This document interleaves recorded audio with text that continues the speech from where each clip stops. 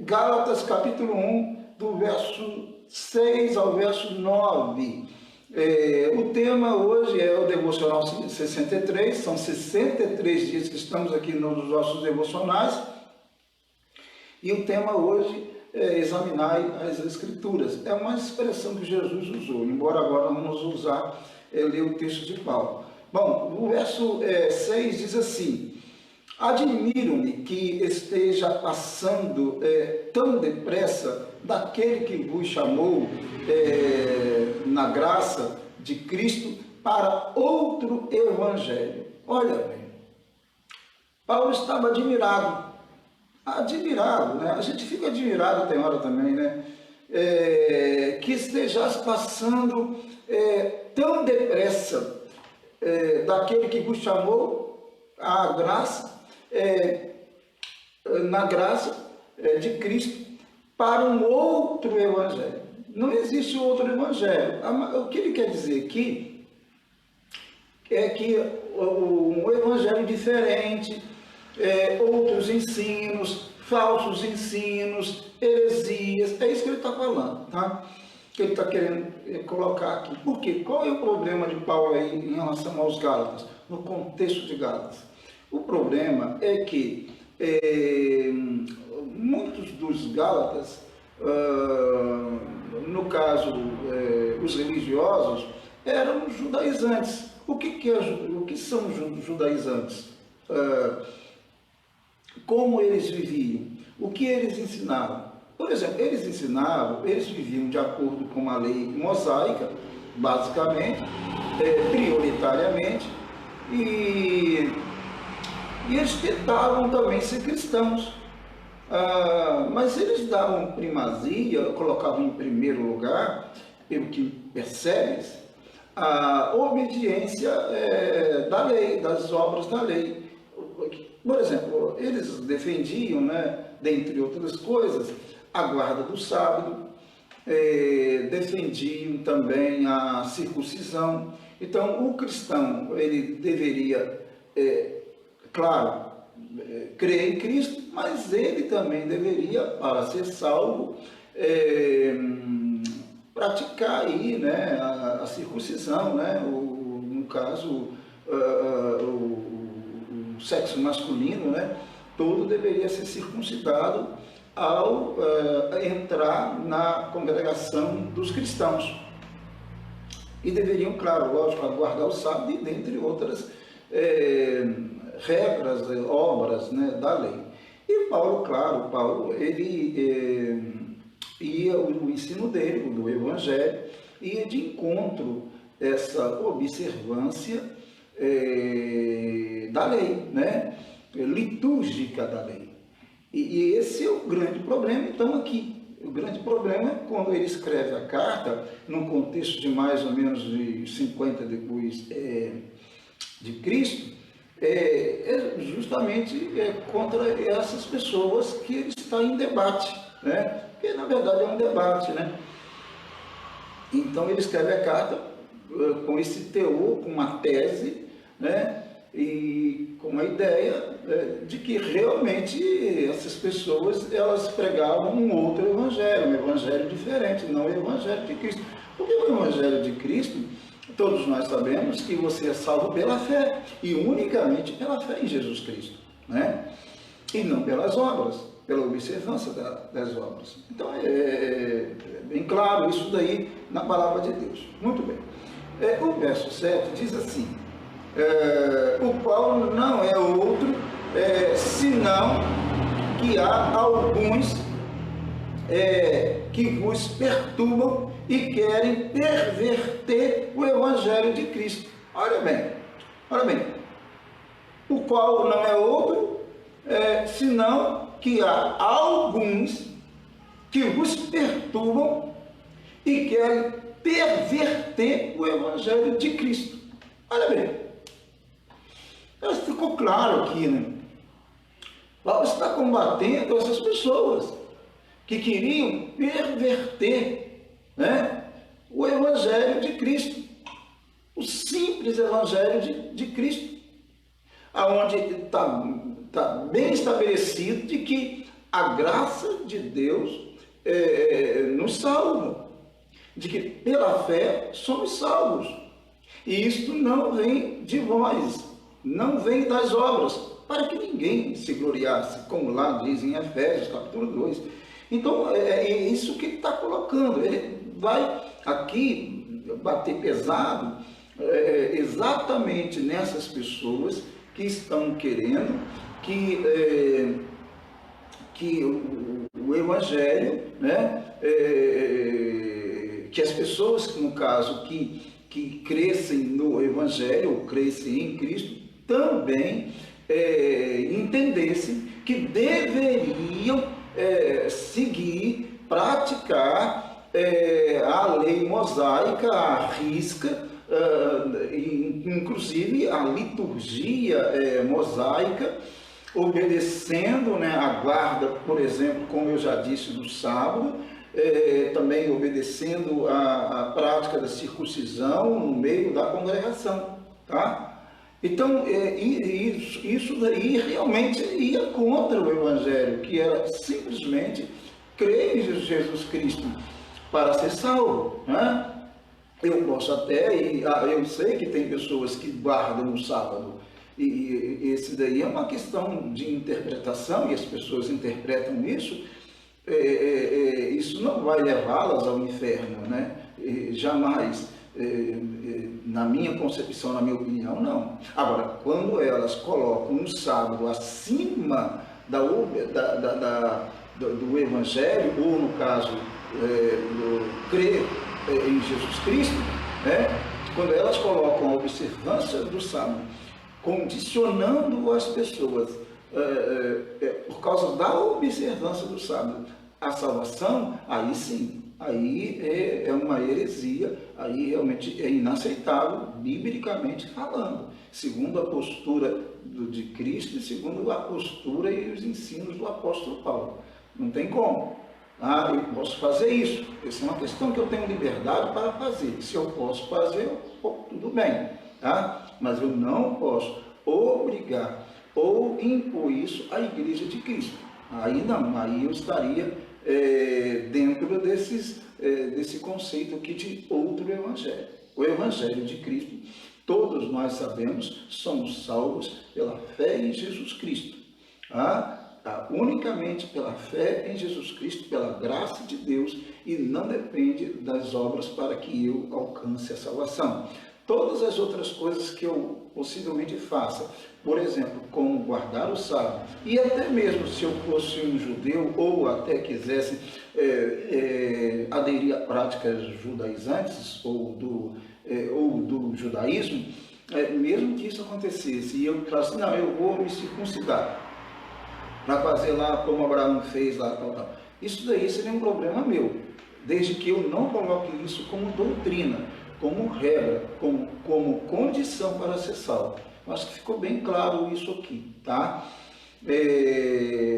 Então, é isso que ele está dizendo. A qual outros, senão que alguns que vos perturbam, olha bem, perturbar, né? E querem perverter o Evangelho de Cristo, quando ensinam essas coisas. Quando eles querem impor para a congregação, impor para a igreja ensinos claramente que não são ensinos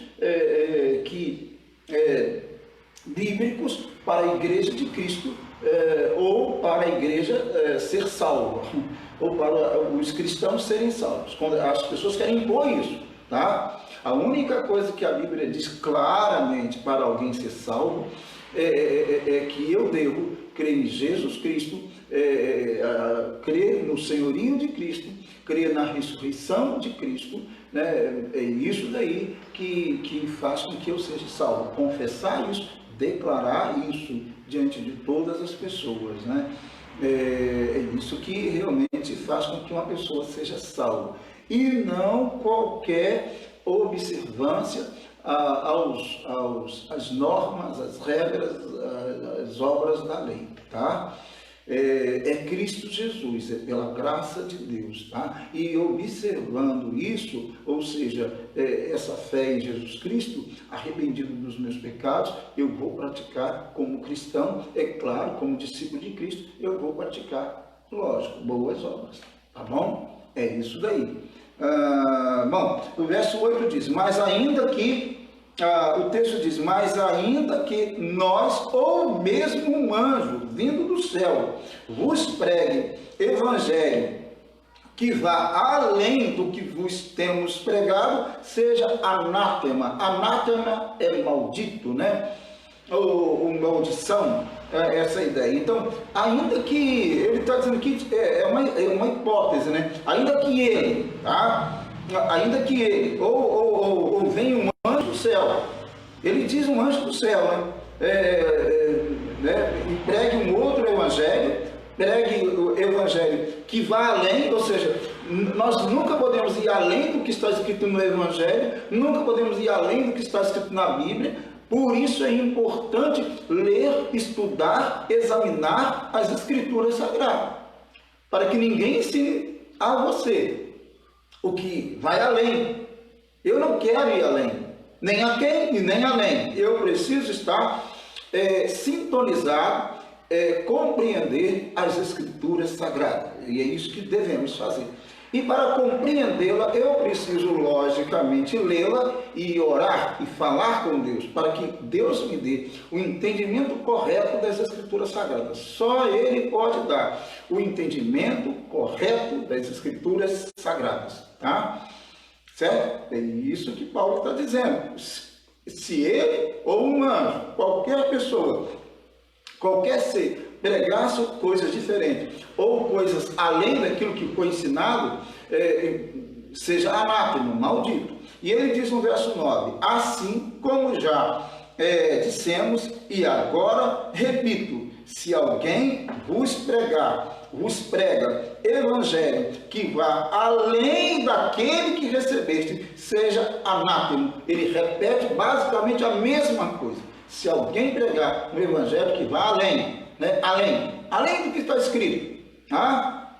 Fica inventando coisas, acabou, tá? Seja anátema, maldito, tal ensino, tal, porque é uma heresia, certinho? Então, o que salva o homem é simplesmente ele crer em Jesus Cristo verdadeiramente. Quando o carcereiro de Filipe, lá, ele perguntou ao apóstolo Paulo o que ele deveria fazer para ser salvo, Paulo apenas disse, crê no Senhor Jesus e será salvo tu e a tua casa. É isso, crer no Senhor Jesus. Não é seguir Jesus como se fosse uma religião ou como se fosse uma denominação, não. É crer verdadeiramente, é ter relacionamento com Jesus Cristo, é conhecer Jesus e Ele te conhecer, e você segui-lo verdadeiramente como discípulo dele, né? Sim, arrependido dos seus pecados. Sim, isso é crer em Jesus Cristo, e isso que faz o homem uma pessoa salva. Agora nós vamos aqui ao nosso devocional, né? Ao texto aqui que a gente tem sempre aqui. A gente vai lê-lo nesse momento. Então preste atenção. Os irmãos que estão aí, Deus abençoe todos os irmãos. Uma alegria tê-los aqui nesse momento mais uma vez. Bom, examinai as Escrituras. Pena que muitos, devocional 63, pena que muitas pessoas não escutam Jesus. É uma pena, né? Não escutam Jesus. Há mais de 2000 anos ele mandou examinar as Escrituras, porque julgais ter nelas a vida eterna e são elas mesmas que testificam de mim. Na verdade, lógico que eu coloquei esse termo mandou, mas a ideia lá, no caso, ele está dizendo o que os religiosos faziam, né?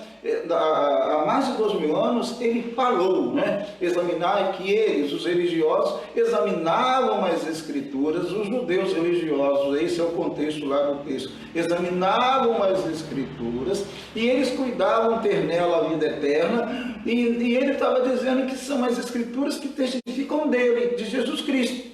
E os judeus religiosos não entendiam. Então eu posso examinar as Escrituras, mas não apenas ler as Escrituras assim como se fosse qualquer livro, como se eu fosse entender como qualquer outra literatura. Não, eu preciso do auxílio, da orientação do Espírito Santo de Deus, senão eu não vou compreender as Escrituras, ainda que eu leia. Entende? Não é só ler, não é só examinar. É examinar no sentido de que eu devo examinar e investigar com sinceridade, com verdade, orando a Deus para entender de Deus a palavra dele, tá? As invencionices religiosas da humanidade, forjadas fora das Escrituras, seriam esclarecidas pelo único mestre se humildemente os homens ditos cristãos examinassem com sinceridade os ensinos do Evangelho. É verdade, tá? No entanto, suas doutrinas são fundamentadas em vozes e visões de supostos anjos.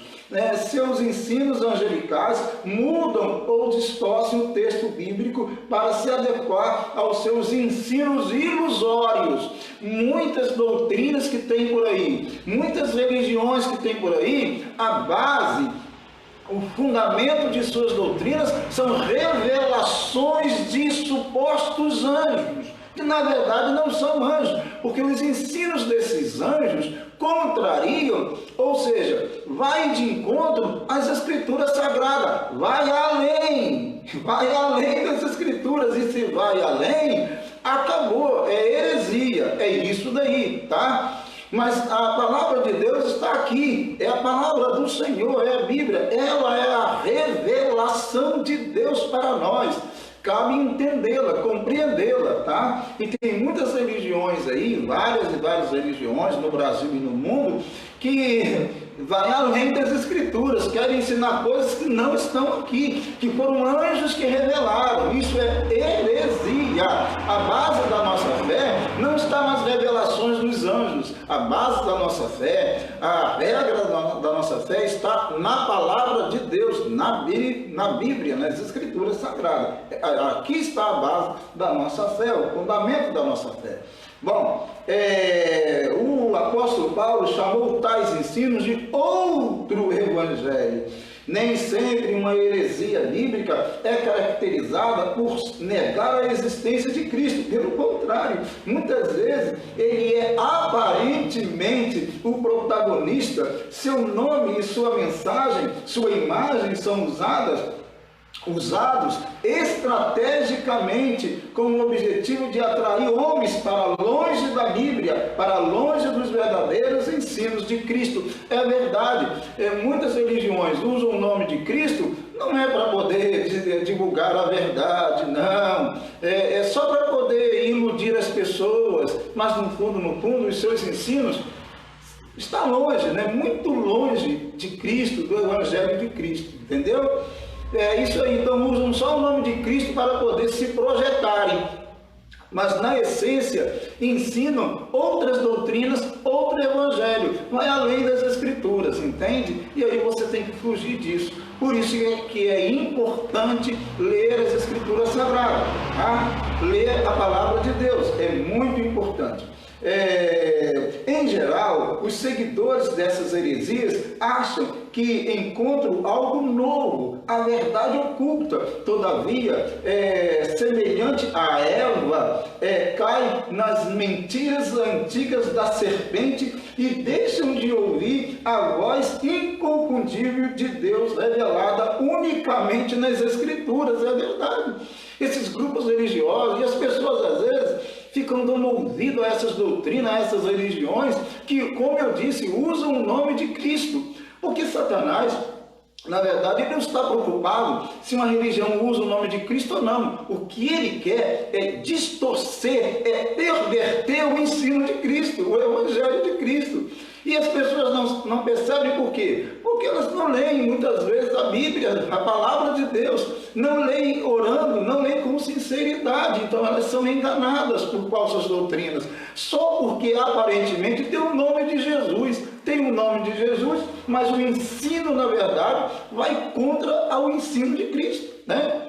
São heresias, e aí é que eu tenho que perceber e ler as Escrituras com sinceridade e orar a Deus para entender a palavra de Deus e não ser enganado, né, por falsas doutrinas, tá? Para os fundadores desses grupos heréticos, vozes e visões de anjos mentirosos, tá? Tinham mais valor do que a Bíblia, é verdade, né? Para essas religiões, os anjos revelaram isso, revelaram aquilo, e eles acreditam mais nesses anjos mentirosos, que na verdade não são anjos, porque os anjos de Deus não são mentirosos, só os anjos caídos que são, mas os de Deus, né, os que permaneceram com o Senhor, não, né? Mas essas mensagens, né, supostamente de anjos e tal, as pessoas são enganadas e são levadas, porque desconhecem a Bíblia. Por isso a importância de examinar as Escrituras, a importância de ler as Escrituras, a Bíblia, com cuidado, com todo carinho e com oração a Deus. Só existe o caminho para chegar ao céu, ao Pai, o Filho de Deus, o Cristo. João lá 14:6 fala sobre isso. Só tem um caminho, é Ele, Jesus, o caminho, a verdade e a vida. Querido, em nome de Jesus, leia as Escrituras Sagradas, leia a Bíblia, leia com todo carinho, leia com todo cuidado, ore a Deus, lendo, ore a Deus, para que entenda a mensagem do Evangelho. A salvação simplesmente aquele que recebe Cristo é salvo. Aquele que crê em Jesus Cristo, arrependido dos seus pecados, que crê na ressurreição do Filho de Deus, é salvo. É isso que a Bíblia diz. Em nome de Cristo, Deus te abençoe. Em nome de Jesus, tenha um bom dia. Vamos fazer uma oração neste momento ao Senhor. Deus, muito obrigado que estamos aqui em Tua presença. Louvado seja o Teu nome. Teu nome é digno de toda honra e de toda glória. Bendito seja o Teu nome, em nome do Senhor Jesus, ó Deus. Ó meu Pai, nos colocamos em Tua presença. Abençoe cada irmão, cada irmã, que sejam alcançados por Ti, abençoados por Ti, em nome de Jesus, Senhor. Estenda a Tua mão poderosa para abençoá-los, guardá-los e revelar a Tua palavra aos nossos corações. Em nome de Jesus, revele a Tua palavra aos nossos corações, que não sejamos enganados por falsas doutrinas, pelo ensino de outro evangelho, por coisas que vão além das Escrituras Sagradas. Em nome de Jesus, seja conosco, nos abençoe o nosso Brasil nesse tempo. Tome o nosso Brasil em Tuas mãos. Sim, ó Deus, abençoe nestes momentos de vírus. Repreenda este vírus, repreenda este mal. Abençoe todos os cristãos, os Teus servos e servas, e abençoe todas as pessoas do Brasil e no mundo. Nós rogamos em nome de Jesus. Amém e amém. Amém? Meu amado, Deus abençoe. Se esta mensagem falou o seu coração, abençoa a sua vida e quer abençoar outras pessoas, então curta aí e você também pode compartilhar. Em nome de Jesus. Um grande abraço. Até amanhã, se Deus quiser, às 7 da manhã, se Deus quiser.